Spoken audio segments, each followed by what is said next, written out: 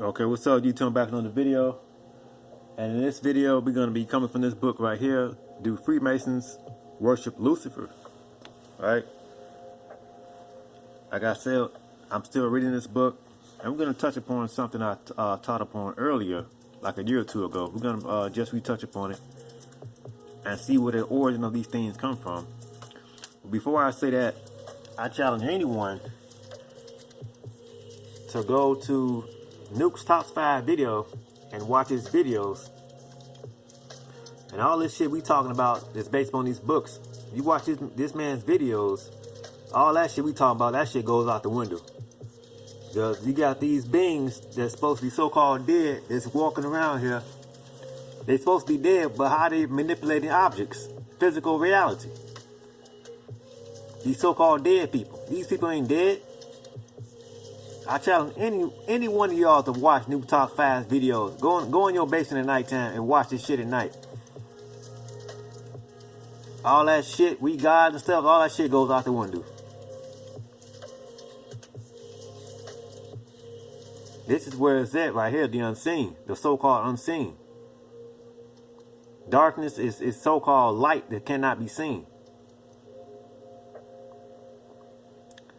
Okay? But anyway, because the Bible says the dead can't speak and don't remember nothing. That's a goddamn lie, because when you watch these videos, that shit goes out the window. But anyway, let's go here. To do Freemason worship Lucifer. And we're going to go right here to this baphomet sign, right? People saying this is evil and stuff like that. I told them this before, but let's read it. So it says, Elias Fitzlevy, a.k.a. Alfonso Louis Constant, was born in Paris, France, February 8, 1810. And he died in 1875. He entered the seminary to become a Catholic priest, leaving after he fell in love. His studies in the seminary led him to pen a few books, some of which led to him being arrested and imprisoned. He eventually left France and traveled to England, where he was introduced to the Rosicrucians. From there, he ventured into magic, which led him to create the symbol of the baphomet. So when you see this, who came up with this figure? This man right here, Elias Fitzlevy. It says Elias Fitzlevy explained the symbol as follows. So he came up with this drawing, and you got niggas out on here just spewing information out of thin air, coming up with their own ideologies on how this came about and saying it's satanic and devilish. Well, let's get it from the source's mouth, the horse's mouth. Let's see what he says. He came up with this bullshit. Let's see what he has to say.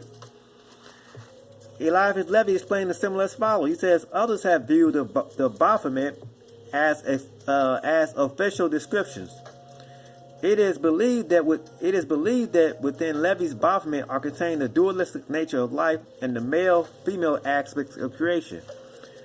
The image combines both male and female qualities. One arm masculine, right? One arm masculine, one feminine. The breast of a woman with a phallic object on its lap.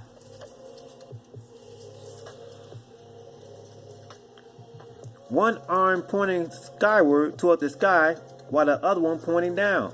Perhaps a representation of Hermetic saying, as above, so below.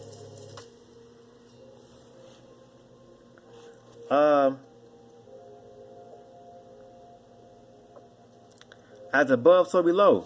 The illustration also shows one arm pointed toward a white crescent moon, the other toward a dark crescent moon. Right? That's that. Perhaps a representation of the waxing and waning phase of the moon, but it could also represent the duality of good and evil. On the right arm is written, quote, solve. Solution on the left, coagulate or coagulation. These are references found in alchemy, a study that Levy not only undertook but wrote about in his books. Okay, according to Michael Howard, the gargoyle and gargoyles are real. We're going to get into that stuff. The gargoyle in his form of a bearded horned figure with pendulous female breasts, wings, and cloven feet. It sits in a cross-legged position which resembles statues of the Celtic stag god, or the horned one, found in Gaul, France before the Roman occupation. Manly P. Hall said, according to a research monogram on the Dionysian artificers and earlier masonry edited by Manly P. Hall, the symbolism of the goat relates to the pre-Christian god Pan, Dionysius. The goat god was accepted by the later Greek mystery schools as a symbol of the temple builders. In fact, Dionysian artificers was such a mystery school. The word was such a mystery school. Freemason watch, etc., whatever. Most historians would tell you that the word is a corruption of Muhammad. They also say this relates to a group of Muslim worshippers who were demonized by the 12th to 14th century Christian monks called the Knights Templars. The Templars amassed so much wealth and power, the King of France and Pope charged them with unfounded acts like heresy and treason in order to pillage their wealth and disband. They were also accused of worshiping Baphomet and their mysterious rites. According to the Keys to Chaos, the Pentagram, number 1, Eliphas Levi, 19th century writers such as Eliphas Levi and Arbu Pike would make Eliphas Levi, the man behind the Baphomet, much of the 500-year-old false accusation against the Knights Templar to fabricate from the name Baphomet a veritable deity of hedonism and rebellion against a Christian establishment. Listen to this. It was Eliphas Levi, who in the mid-1800s first drew and published the now familiar image shown above of Baphomet as a seated hermaphroditic winged, goat-headed, and goat-footed man with women's breasts, a flame on his forehead, and a caduceus at his groin. You see that? This white man came with this stuff. Okay? It goes on to say that Levi may have partially derived his image of Baphomet as a sabbatic goat from the 18th, 19th century Spanish artist Francisco Goya, who painted a witch's Sabbath in 1800 in which a group of seated women were offering their dead infant children to a seated goat. Right? And I'm going to jump over here, right, to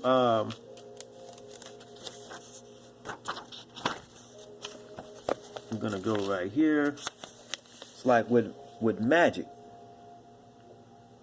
So magic comes from the French word magica. 1 second. Right? Magus. Magic comes from the word magi and is defined as follows.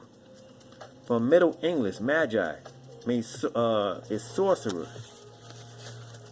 Sorcerer and things of that nature. Okay? Now we drop down here.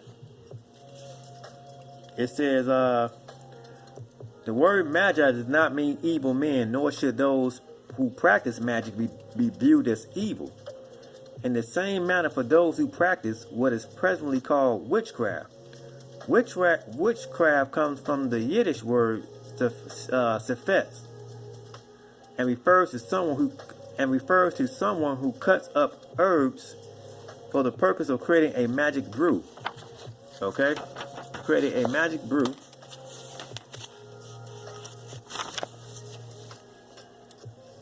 The Greek version of the Old Testament, the Septuagint, translates this with the word pharmaca, meaning drug.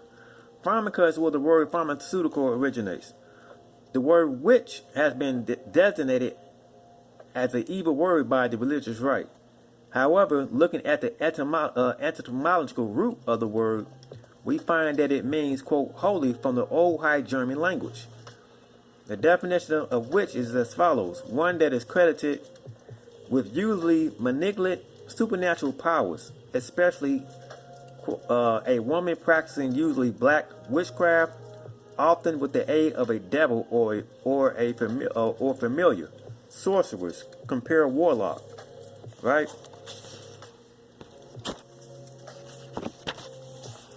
It says charming or alluring girl or woman, a practitioner of Wicca, right? Herbalist, self-proclaimed witch, and things of that nature. Okay, witch comes from Old English Wicca, masculine wizard, feminine, Old High German bewitch, and things of that nature. And then you have here, one of the major symbols associated with witches are pentagrams. Here's your pentagrams, right? These signs right here, these number of signs of symbols. Okay, this symbol is also associated with a branch of Freemasons.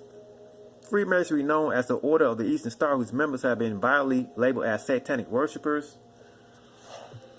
Right, here's the Eastern Star. Notice the star associated with witches has 1 point in the upward direction, whereas the one associated with the Eastern Star and the devil worship has 2 points up.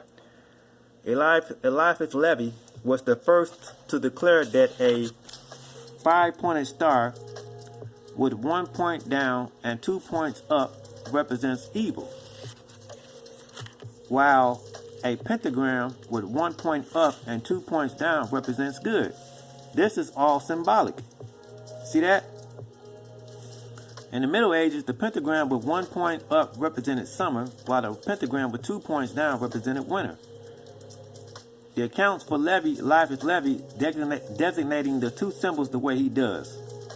You see that? So this is where stuff comes from. Samael, Lilith, and shit like that, or whatever. You know what I'm saying? These are all symbolisms and terms and stuff like that. Like I said, I'm still reading this. But this is where your baphomet and stuff comes from. Baphomet and shit like that. So yeah, man. I mean, that's why I tell you all to read. Okay? So like I said, I'm still reading this. I got some ways to go. Do Freemasons Worship Lucifer by Kadar Griffo and Michael Berkeley. Alright. So it's a quick little video, you know what I'm saying? Just to touch upon some more stuff. But like I said, I challenge any one of y'all to watch Nuke's Top 5 videos. All this shit I'm reading about, all the shit we be reading about, yeah, okay, all that shit'll fly right out the window. Because these beings are supposed to be dead, is manipulating physical objects. And they can kill you. So that means there are no rules, there are no laws. Anything goes. Anything goes. I challenge any one of y'all to watch these videos at nighttime, in the basement, at dark, in the basement, or in your house at night. Cut all the lights off and see what happens. Yeah, this shit is real. And these so-called dead people, these forces, don't fuck with them. They'll kill your ass. I got some stuff, man. I got some stuff, dog. We gonna get us the dog head, man, Bigfoot, all that shit. Yeah. Yep.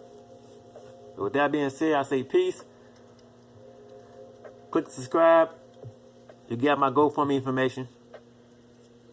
I ain't gonna beat a dead horse. If you want to support, go ahead. If not, it's all good. I'm gonna keep on pumping out videos. Well, like I said, you know what I'm saying? I can stop, you know, take time off like before, take a year off or two, come back, whatever, and pump out some more information. Peace.